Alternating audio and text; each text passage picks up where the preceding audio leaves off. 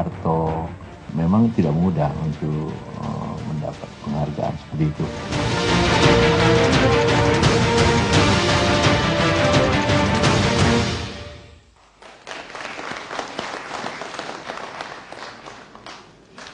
Pemirsa, kita masih bersama Indonesia Lawyers Club. Sekarang saya minta putri dari Presiden pertama Republik Indonesia, Mbak Sukmawati Soekarno Putri. Apa pendapat Mbak tentang wacana yang digulirkan oleh Golkar di Munas kemarin, Munaslup?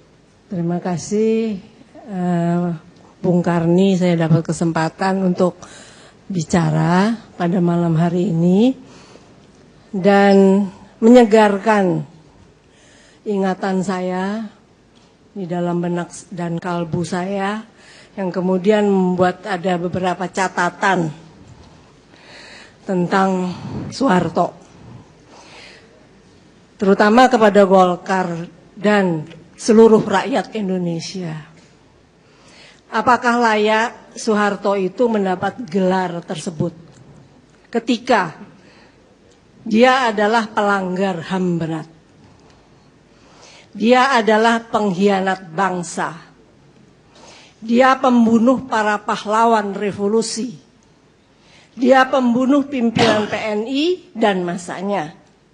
Dia pembunuh pimpinan PKI dan masanya.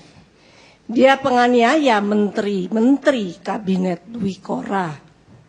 Dan pada akhirnya pembunuh Presiden pertama Republik Indonesia, Dr. Insinyur Soekarno. Jadi itulah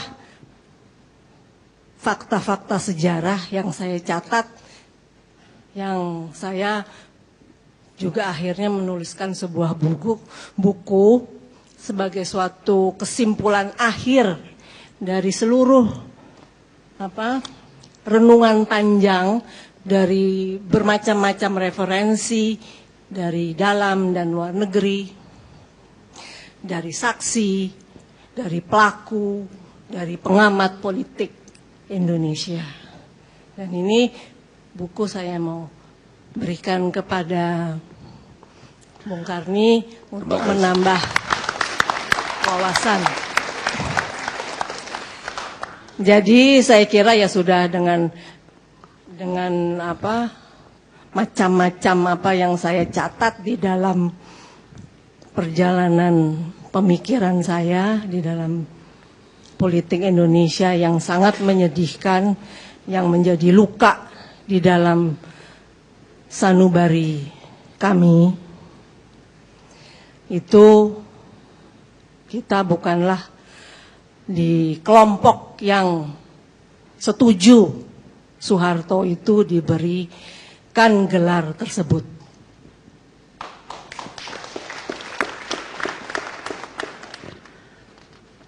Itu saja, Mbak Sukma. Kalau mau lebih panjangnya, bahwa mungkin lupa ya di dalam suatu catatan, karena ini tahun 65 ya, dalam catatan pembicaraan lingkar ring 1 Presiden Soekarno pada waktu itu, ketika terjadi suatu penculikan dan pembunuhan para pahlawan revolusi tersebut. Kemudian kita ring 1 itu orang-orang terdekat daripada Presiden Soekarno pada waktu itu dan beberapa panglima yang masih ada itu, wah ini adalah konflik internal Angkatan Darat. Saya kira itu sesuatu kata-kata yang mungkin di benak generasi muda nggak pernah dengar. Tapi saya dulu pernah mencatat itu karena saya masuk dalam lingkar ring pertama. Terus ketika kabinet Dwi Korah didemisionerkan dengan suatu pembacaan ya oleh Letkol Untung di RRI pada tanggal 1 Oktober, Ring pertama mengatakan ini kudeta. Karena tiada seorang pun berhak mendemisionerkan kabinet yang pada waktu itu didemisionerkan oleh Letkol Untung. Padahal yang berhak dan berwenang hanyalah presiden mendemisionerkan kabinet, maka dengan demikian itulah awal dari kudeta. Sebetulnya awal kudeta adalah pembunuhan dari para pahlawan revolusi itu tahap pertama. Kemudian tahap kedua adalah suatu pernyataan di RRI tersebut. Itu rentetan kedua, makanya oleh Cornell Paper dinyatakan kudeta merangkak. Memang aksinya Soeharto ini sangat berlainan dengan kudeta-kudeta yang terjadi di dunia. Apakah itu oleh Jenderal Lonol terhadap pemerintahan Pangeran Sihanouk, ataukah Saddam, ataukah Gaddafi, ataukah Pinochet, yang aksinya adalah betul-betul yang pertama yang di target adalah number one. Tapi ini lain. Soeharto sangat pandai bermain di belakang layar. Kemudian yang diutamakan pertama adalah pahlawan revolusi, para jenderal yang sedang mengabdi untuk suatu perjuangan konfrontasi pada waktu itu dengan Malaysia.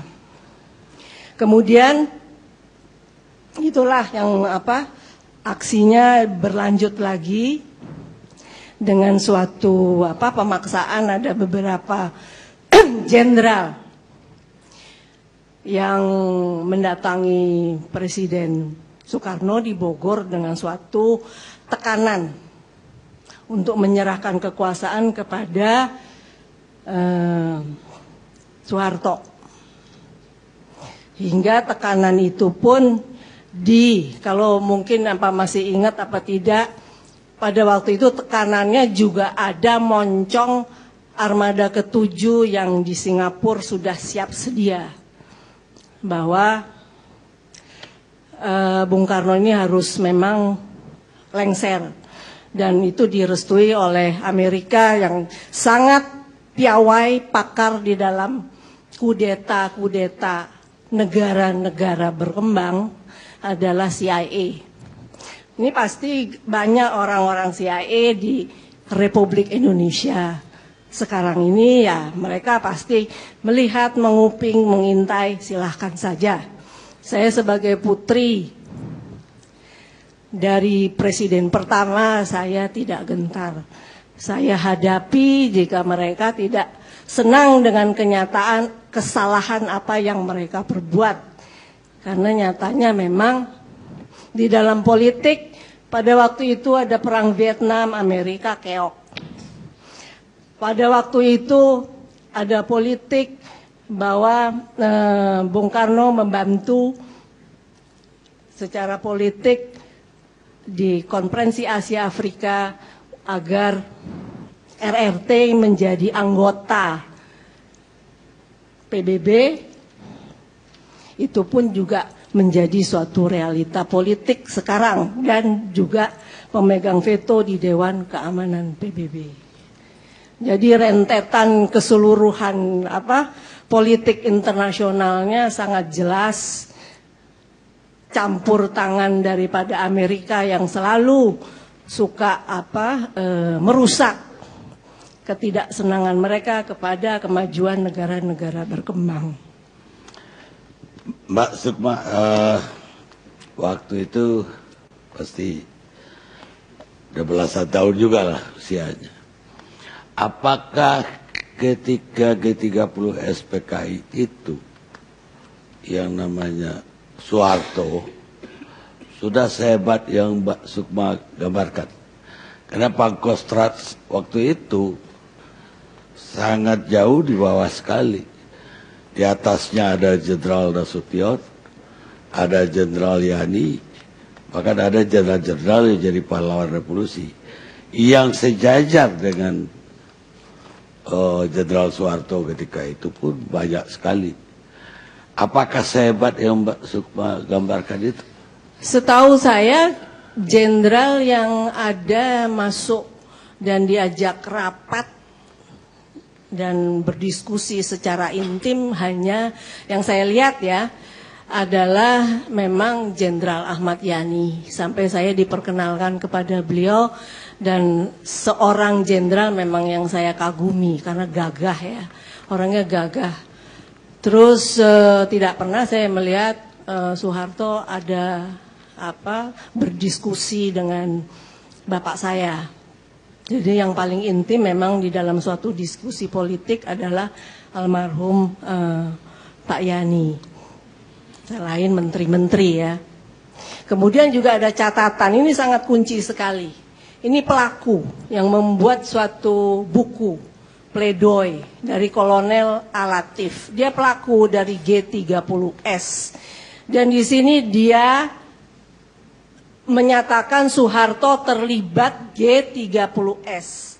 Di dalam analisa saya, G30S itu bukan hanya sekedar suatu aksi, tetapi adalah suatu judul grup. Grup tentara segelintir dari Cakrabirawa yang dipimpin oleh Letkol Untung dan dari Kodam Jaya yang dipimpin juga oleh Kolonel Latif. Jadi segelintir pasukan Angkatan Darat ini, TNI Angkatan Darat ini yang beraksi untuk menculik sampai kok ada pembunuhan juga. Di sini nyata sekali bahwa apakah Latif menganggap di atasnya dia dan Untung itu Soeharto? Ya begitu, karena sebelum dia melakukan aksi dengan pasukannya menculik para pahlawan revolusi, saya sampai kejar dia di penjara waktu itu masih hidup. Saya kejar, saya tanyakan, Pak Latif apa ceritanya pada waktu itu? Dia selalu bilang, dan seperti apa yang dia tuliskan, dia bilang, saya sudah lapor sama siapa Pak? Saya lapor sama Pak Harto. Artinya ngapain kok lapor sama Pak Harto bahwa pasukan sudah siap untuk bergerak menculik para pahlawan revolusi. Kenapa pada Soeharto? Itu kunci. Kenapa bukan kepada Pak Yani umpamanya? Atau kalau ini juga disebutkan di sini, kalau memang Soeharto tidak setuju dengan G30S, dia bisa lapor ke atasannya, yaitu Menpangat Ahmad Yani. Ya, oke, itu pengakuan Latif. Tapi apakah Latif sendiri punya bukti bahwa dia melapor ke Soeharto? Saya kira ya Bung Karni, orang yang sudah tersiksa, teraniaya di penjara bertahun-tahun busuk ya dengan lukanya, tidak mungkin berbohong. Dia akan sangat jujur dengan nuraninya, dengan sukmanya. Dia sangat menyesali, kecewa, sedih karena dia dikhianati oleh Soeharto. Artinya ada suatu konspirasi, tadinya Soeharto akan mendukung gerakan tersebut, tapi ternyata di mereka ini yang menjadi, kalau di sepak bola kan gelandang ya, yang penyerang ini malah justru dibasmi, dilibas seperti katanya Bung Nurdin gitu loh. Jadi semua dari grup G30S ini di dalam curhat-curhat para tapol, antara tapolnya juga ini menteri-menteri kabinet Dwi Kora yang kemudian cerita pada saya, hanya satu yang masih hidup, itu juga cerita semua kelompok G30S itu mereka sangat kecewa karena Soeharto ingkar. Bagi mereka ya jelas, kok mereka yang jadinya dilibas, sedangkan mereka membantu itu melakukan aksi untuk awalnya. Begitu, Bung Karno. Tapi selain dari Kolonel Latif, saya kok belum pernah mendengar ada kesaksian dari yang lain yang seperti Latif katakan. Maksudnya? Ya, kan tidak hanya Latif yang terlibat G30S PKI. Letkol Untung. Ada Untung, ada juga Suparjo. Ya, ada Biro CCPKI, Politbiro. Nah, itu kita bisa baca ya bahwa CCPKI itu dengan biro khusus itu beda. Biro khusus itu di luar CCPKI. Biro khusus itu Sam dan Aidit, ketumnya PKI, CCPKI. Tetapi bermain memang ada suatu kesalahan. Sedangkan seluruh CCPKI, pengurus pusat dan sampai di daerah sebetulnya tidak tahu menahu dan mereka tidak ada mengadakan pemberontakan bersenjata.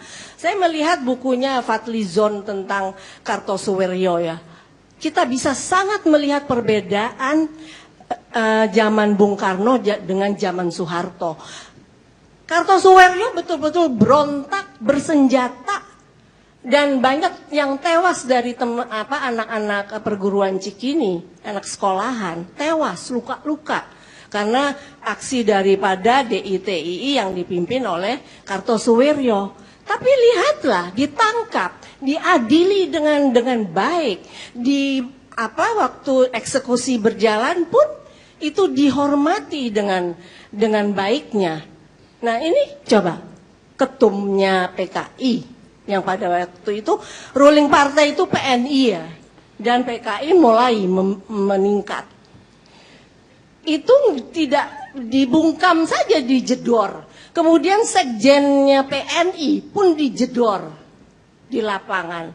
Jadi tidak ada lagi bisa membela diri ya, melalui pengadilan yang benar, hukum yang berlaku dengan benar seperti waktu zamannya Bung Karno, bahwa hukum itu betul-betul dijalankan dengan lebih bijak, lebih beradab.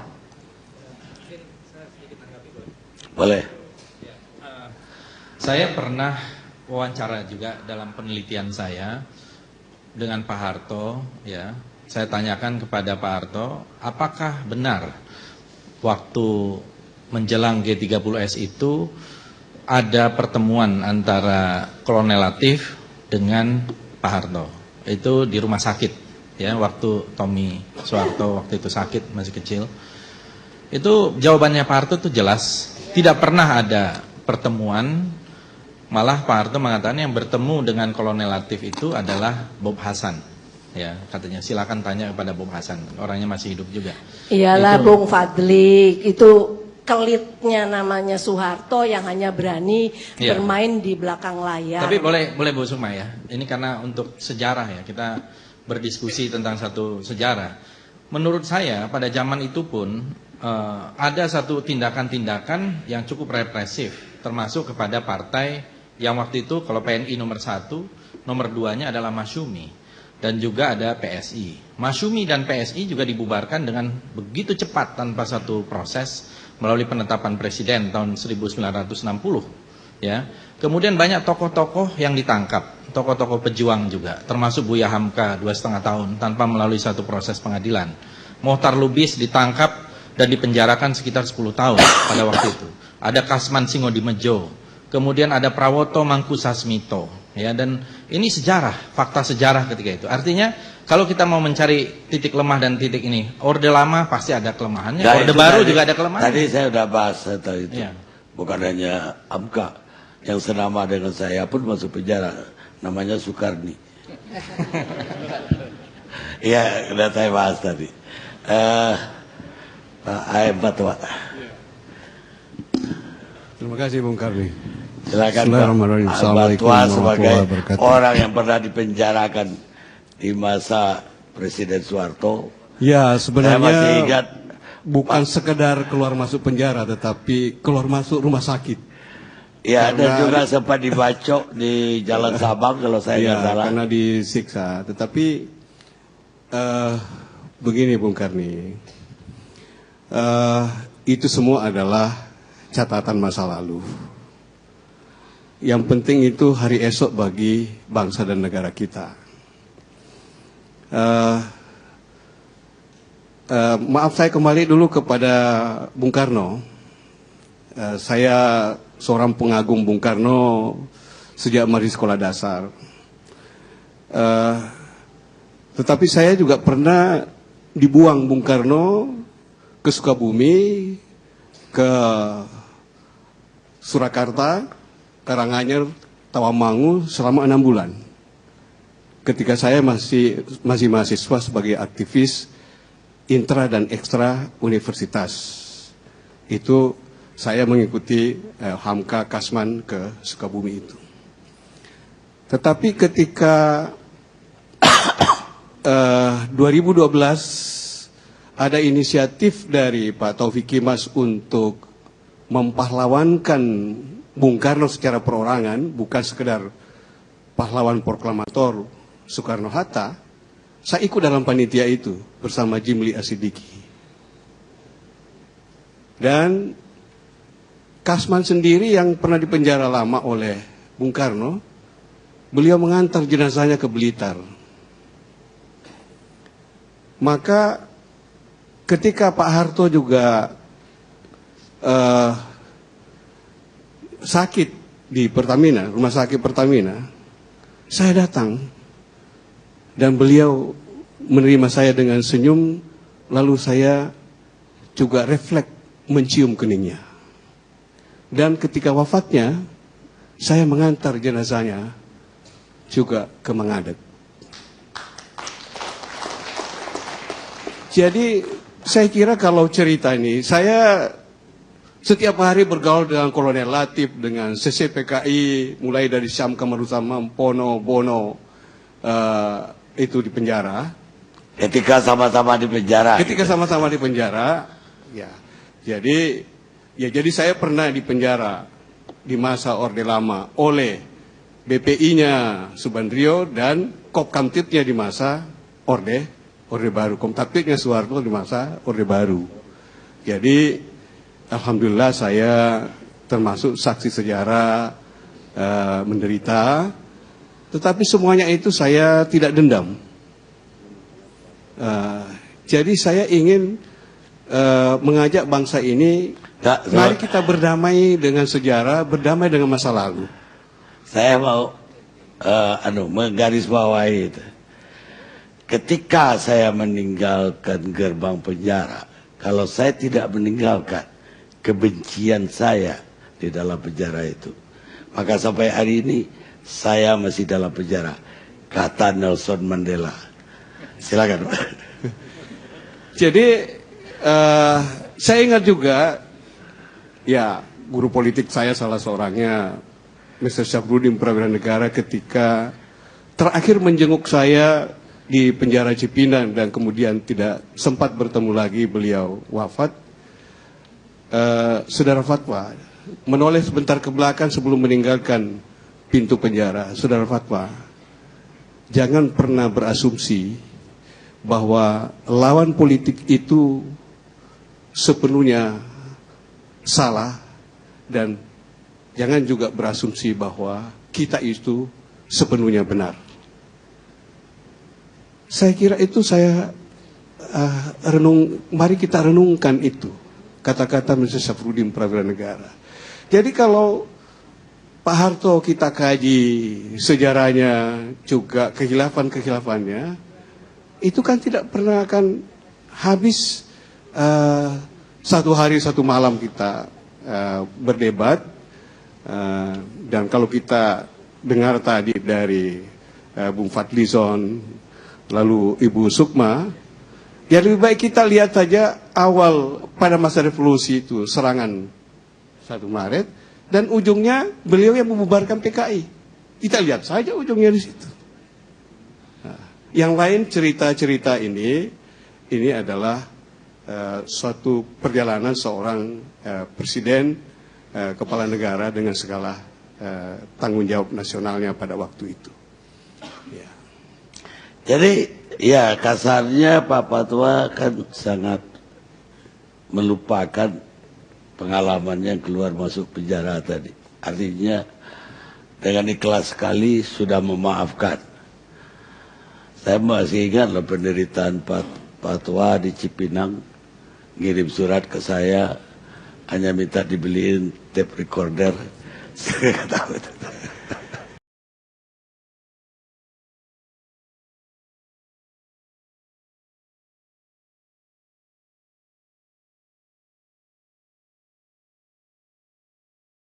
Yang buruk, ya semua kita jadikan catatan sejarah, tetapi kita harus bisa saling memaafkan.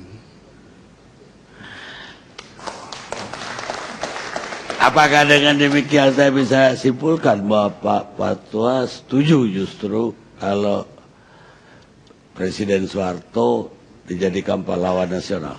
Sangat setuju. Sebagaimana saya juga sangat setuju sebelumnya kepada Bung Karno yang juga ada kontroversi tentang Bung Karno. Tapi saya malah menjadi panitianya.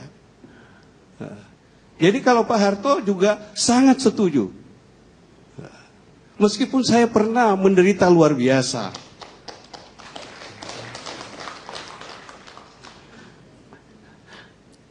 Itu bagaikan menutup matahari dengan telapak tangan kalau kita mau menafikan jasa-jasa besar Pak Harto di masa revolusi dan kemudian ketika di masa pemerintahannya dengan catatan-catatan juga ada pelanggaran-pelanggaran.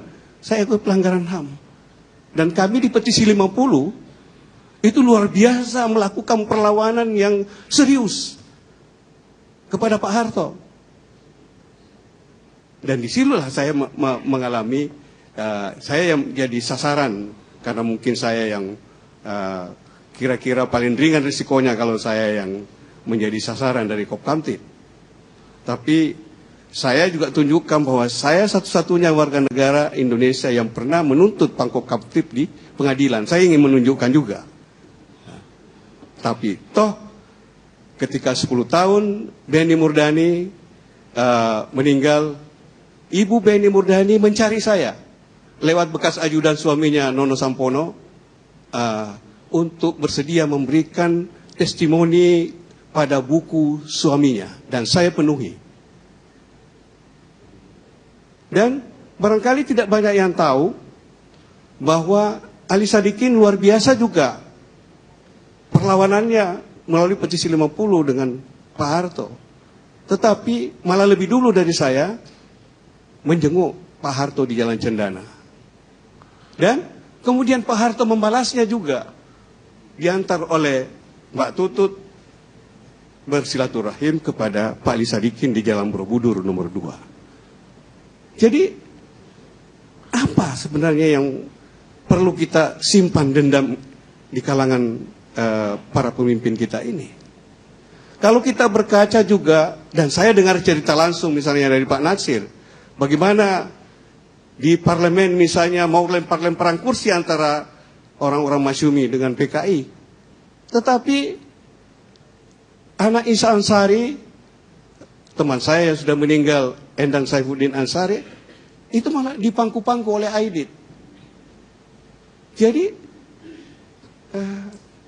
saya di penjara juga, tukang cukur saya adalah tokoh PKI. Saya tidak takut itu bahwa leher saya disembelih.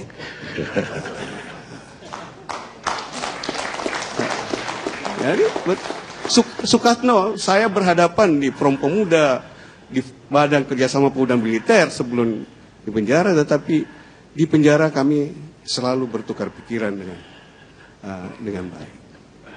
Baik, pada akhirnya sejarah itu memang rangkaian kejadian, catatan rangkaian kejadian yang kita sepakati bersama, kata Napoleon Bonaparte. Kita rehat sejenak.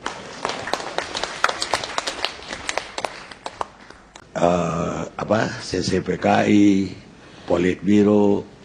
Nah, itu kita bisa baca ya, bahwa CCPKI itu dengan biro khusus Itu beda. Biro khusus itu di luar CCPKI. Biro khusus itu Sam dan Aidit, ketumnya PKI, CCPKI. Tetapi bermain memang ada suatu kesalahan. Sedangkan seluruh CCPKI, pengurus pusat dan sampai di daerah sebetulnya tidak tahu menahu dan mereka tidak ada mengadakan pemberontakan bersenjata. Saya melihat bukunya Fadlizon tentang Kartosuwiryo ya. Kita bisa sangat melihat perbedaan zaman Bung Karno dengan zaman Soeharto. Kartosuwiryo betul-betul berontak bersenjata. Dan banyak yang tewas dari anak-anak perguruan Cikini, anak sekolahan, tewas, luka-luka. Karena aksi daripada DITII yang dipimpin oleh Kartosuwiryo. Tapi lihatlah, ditangkap, diadili dengan baik. Waktu eksekusi berjalan pun itu dihormati dengan baiknya. Nah ini coba, ketumnya PKI. Yang pada waktu itu ruling partai itu PNI ya, dan PKI mulai meningkat. Itu tidak dibungkam saja, dijedor. Kemudian sekjennya PNI pun dijedor di lapangan. Jadi tidak ada lagi bisa membela diri ya, melalui pengadilan yang benar, hukum yang berlaku dengan benar seperti waktu zamannya Bung Karno, bahwa hukum itu betul-betul dijalankan dengan lebih bijak, lebih beradab. Boleh. Saya pernah wawancara juga dalam penelitian saya dengan Pak Harto, ya. Saya tanyakan kepada Pak Harto, apakah benar waktu menjelang G30S itu ada pertemuan antara Kolonel Latif dengan Pak Harto. Itu di rumah sakit ya, waktu Tommy Soeharto waktu itu sakit, masih kecil. Itu jawabannya Pak Harto itu jelas, tidak pernah ada pertemuan. Malah Pak Harto mengatakan yang bertemu dengan Kolonel Latif itu adalah Bob Hasan. Ya, katanya silakan tanya kepada Bob Hasan, orangnya masih hidup juga. Iyalah Bung Fadli, itu kelitnya namanya Soeharto yang hanya berani bermain di belakang layar. Tapi boleh Bu Sukma ya. Ini karena untuk sejarah ya, kita berdiskusi tentang satu sejarah. Menurut saya pada zaman itu pun ada satu tindakan-tindakan yang cukup represif, termasuk kepada partai yang waktu itu kalau PNI nomor 1, nomor 2-nya adalah Masyumi dan juga ada PSI. Masyumi dan PSI juga dibubarkan dengan begitu cepat tanpa satu proses, melalui penetapan presiden tahun 1960 ya. Kemudian banyak tokoh-tokoh yang ditangkap, tokoh-tokoh pejuang juga, termasuk Buya Hamka 2,5 tahun tanpa melalui satu proses pengadilan. Mohtar Lubis ditangkap dan dipenjarakan sekitar 10 tahun pada waktu itu. Ada Kasman Singodimejo, kemudian ada Prawoto Mangkusasmito ya, dan ini sejarah, fakta sejarah ketika itu. Artinya kalau kita mau mencari titik lemah dan titik ini, Orde Lama pasti ada kelemahannya, nah, Orde Baru juga ada kelemahannya. Tadi saya sudah bahas tadi itu. Ya. Bukan hanya Hamka, yang senama dengan saya pun masuk penjara, namanya Soekarni. Iya, sudah saya bahas tadi. Pak AM Fatwa. Terima kasih Bung Karni. Silakan Pak Fatwa sebagai orang yang pernah dipenjarakan di masa Presiden Soeharto. Ya, sebenarnya saya masih ingat, bukan sekedar keluar masuk penjara, tetapi keluar masuk rumah sakit. Ya, dan juga sempat dibacok di Jalan Sabang kalau saya nggak salah. Karena disiksa. Tetapi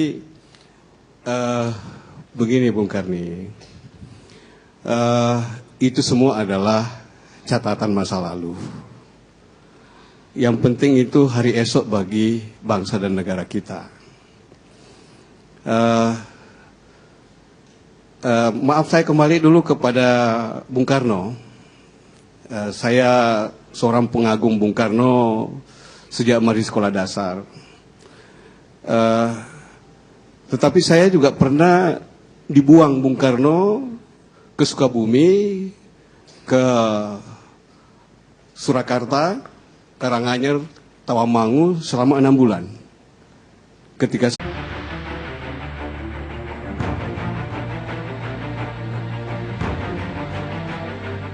Harto memang tidak mudah untuk mendapat penghargaan seperti itu.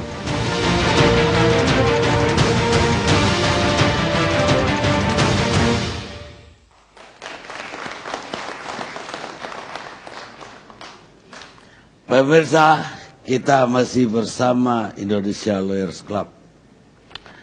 Sekarang saya minta putri dari Presiden pertama Republik Indonesia, Mbak Sukmawati Soekarno Putri.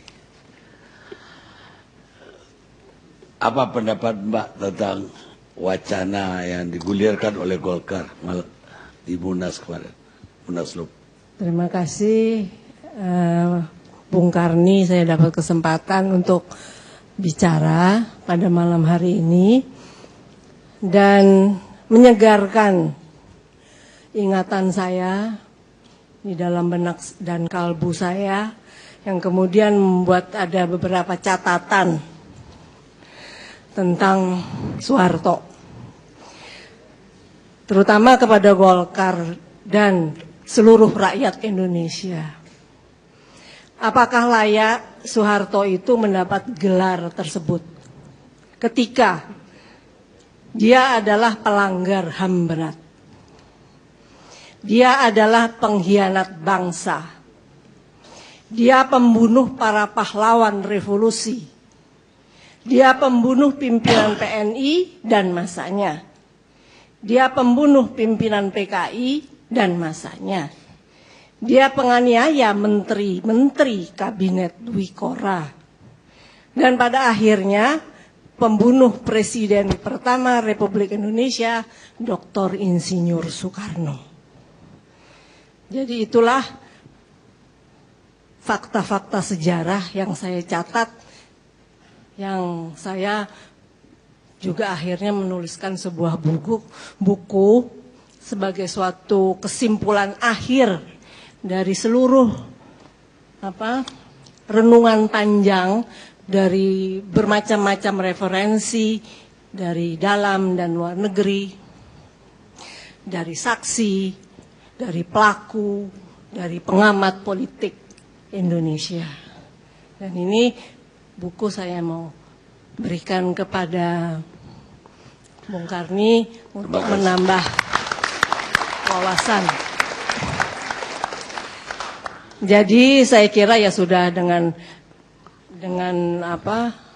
macam-macam apa yang saya catat di dalam perjalanan pemikiran saya di dalam politik Indonesia yang sangat menyedihkan, yang menjadi luka di dalam sanubari kami,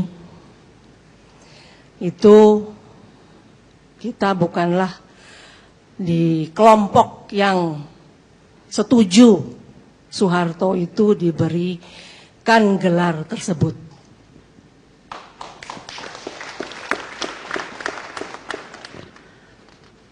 Itu saja, Mbak Sukma. Kalau mau lebih panjangnya, bahwa mungkin lupa ya di dalam suatu catatan, karena ini tahun 65 ya, dalam catatan pembicaraan lingkar ring 1 Presiden Soekarno pada waktu itu ketika terjadi suatu penculikan dan pembunuhan para pahlawan revolusi tersebut. Kemudian kita ring 1 itu orang-orang terdekat daripada Presiden Soekarno pada waktu itu dan beberapa panglima yang masih ada itu, wah ini adalah konflik internal Angkatan Darat. Saya kira itu sesuatu kata-kata yang mungkin di benak generasi muda nggak pernah dengar.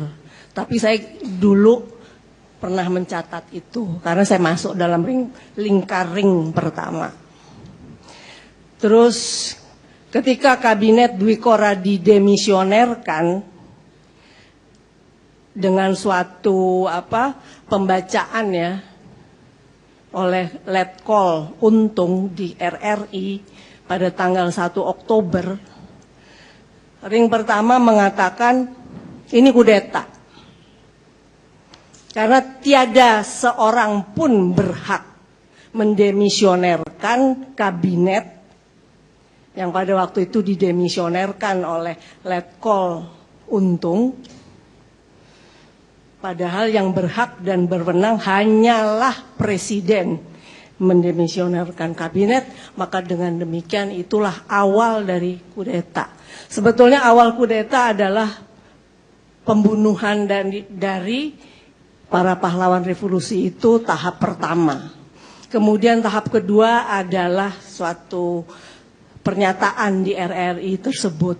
Itu rentetan kedua, makanya oleh Cornell Paper dinyatakan kudeta merangkak. Memang aksinya Soeharto ini sangat berlainan dengan kudeta-kudeta yang terjadi di dunia. Apakah itu oleh Jenderal Lonol terhadap pemerintahan Pangeran Sihanouk, ataukah Saddam, ataukah Gaddafi, ataukah Pinochet, yang aksinya adalah betul-betul yang pertama yang ditarget adalah number one.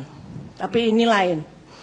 Soeharto sangat pandai bermain di belakang layar. Kemudian yang diutamakan pertama adalah pahlawan revolusi, para jenderal yang sedang mengabdi untuk suatu perjuangan konfrontasi pada waktu itu dengan Malaysia. Kemudian itulah yang aksinya berlanjut lagi dengan suatu pemaksaan. Ada beberapa jenderal yang mendatangi Presiden Soekarno di Bogor dengan suatu tekanan untuk menyerahkan kekuasaan kepada Soeharto. Hingga tekanan itu pun kalau mungkin masih ingat apa tidak, pada waktu itu tekanannya juga ada moncong armada ke-7 yang di Singapura sudah siap sedia. Bahwa Bung Karno ini harus memang lengser. Dan itu direstui oleh Amerika yang sangat piawai pakar di dalam kudeta-kudeta negara-negara berkembang adalah CIA. Ini pasti banyak orang-orang CIA di Republik Indonesia sekarang ini, ya mereka pasti melihat, menguping, mengintai, silahkan saja. Saya sebagai putri dari presiden pertama, saya tidak gentar. Saya hadapi jika mereka tidak senang dengan kenyataan kesalahan apa yang mereka perbuat. Karena nyatanya memang di dalam politik pada waktu itu ada perang Vietnam, Amerika keok. Pada waktu itu ada politik bahwa Bung Karno membantu secara politik di Konferensi Asia Afrika agar RRT menjadi anggota PBB. Itu pun juga menjadi suatu realita politik sekarang dan juga pemegang veto di Dewan Keamanan PBB. Jadi rentetan keseluruhan politik internasionalnya sangat jelas, campur tangan daripada Amerika yang selalu suka merusak ketidaksenangan mereka kepada kemajuan negara-negara berkembang. Mbak Sukma, waktu itu pasti udah belasan tahun juga lah usianya. Apakah ketika G30 SPKI itu yang namanya Soeharto sudah sehebat yang Mbak Sukma gambarkan? Karena Pangkostrat waktu itu sangat jauh di bawah sekali. Di atasnya ada Jenderal Nasution, ada Jenderal Yani, bahkan ada jenderal-jenderal yang jadi pahlawan revolusi yang sejajar dengan Jenderal Soeharto ketika itu pun banyak sekali. Apakah sehebat yang Mbak Sukma gambarkan itu?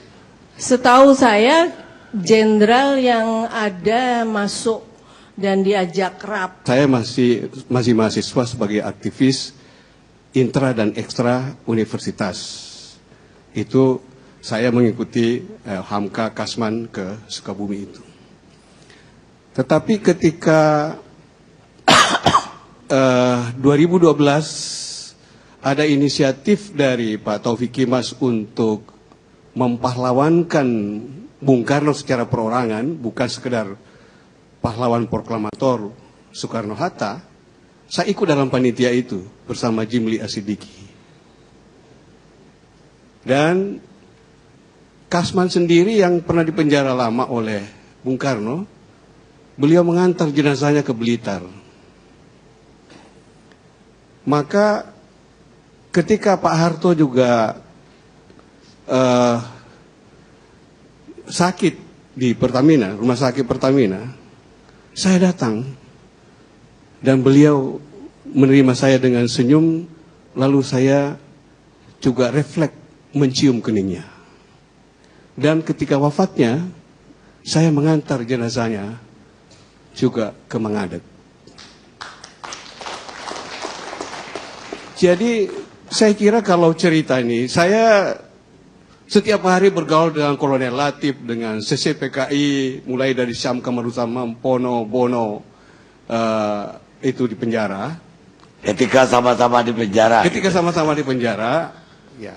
Jadi saya pernah di penjara di masa Orde Lama oleh BPI-nya Subandrio dan Kopkamtibnya di masa Orde Baru. Kopkamtibnya Soeharto di masa Orde Baru.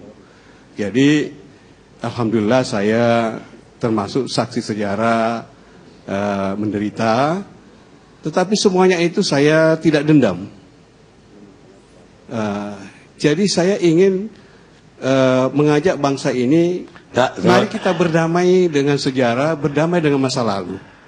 Saya mau menggarisbawahi itu. Ketika saya meninggalkan gerbang penjara, kalau saya tidak meninggalkan kebencian saya di dalam penjara itu, maka sampai hari ini saya masih dalam penjara, kata Nelson Mandela. Silakan.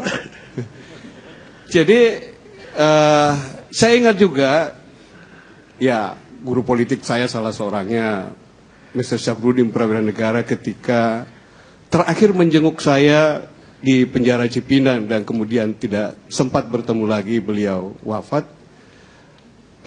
Saudara Fatwa menoleh sebentar ke belakang sebelum meninggalkan pintu penjara. Saudara Fatwa, jangan pernah berasumsi bahwa lawan politik itu sepenuhnya salah, dan jangan juga berasumsi bahwa kita itu sepenuhnya benar. Saya kira itu saya mari kita renungkan itu, kata-kata Mr. Syafruddin Prawira Negara. Jadi kalau Pak Harto kita kaji sejarahnya, juga kehilafan-kehilafannya, itu kan tidak pernah akan habis satu hari satu malam kita berdebat. Dan kalau kita dengar tadi dari Bung Fadlizon, lalu Ibu Sukma, ya lebih baik kita lihat saja awal pada masa revolusi itu, serangan 1 Maret, dan ujungnya beliau yang membubarkan PKI. Kita lihat saja ujungnya di situ. Nah, yang lain cerita-cerita ini adalah suatu perjalanan seorang presiden, kepala negara dengan segala tanggung jawab nasionalnya pada waktu itu. Ya. Jadi ya kasarnya Pak Fatwa kan sangat melupakan pengalamannya keluar masuk penjara tadi. Artinya dengan ikhlas sekali sudah memaafkan. Saya masih ingat loh penderitaan Pak Fatwa di Cipinang, ngirim surat ke saya, hanya minta dibeliin tape recorder. Saya nggak tahu.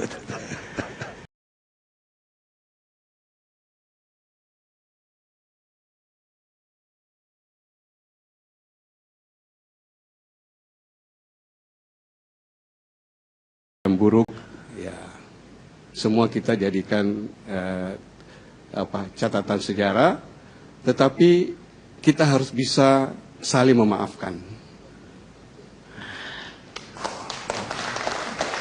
Apakah dengan demikian dan berdiskusi secara intim hanya yang saya lihat ya adalah memang Jenderal Ahmad Yani. Sampai saya diperkenalkan kepada beliau, dan seorang jenderal memang yang saya kagumi karena gagah ya, orangnya gagah.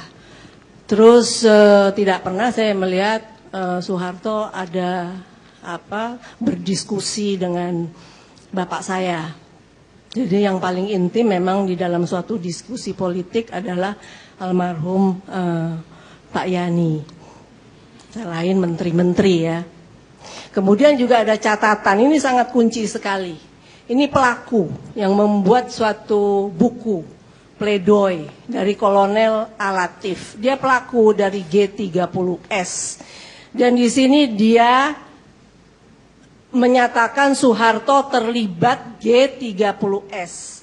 Di dalam analisa saya, G30S itu bukan hanya sekedar suatu aksi, tetapi adalah suatu judul grup.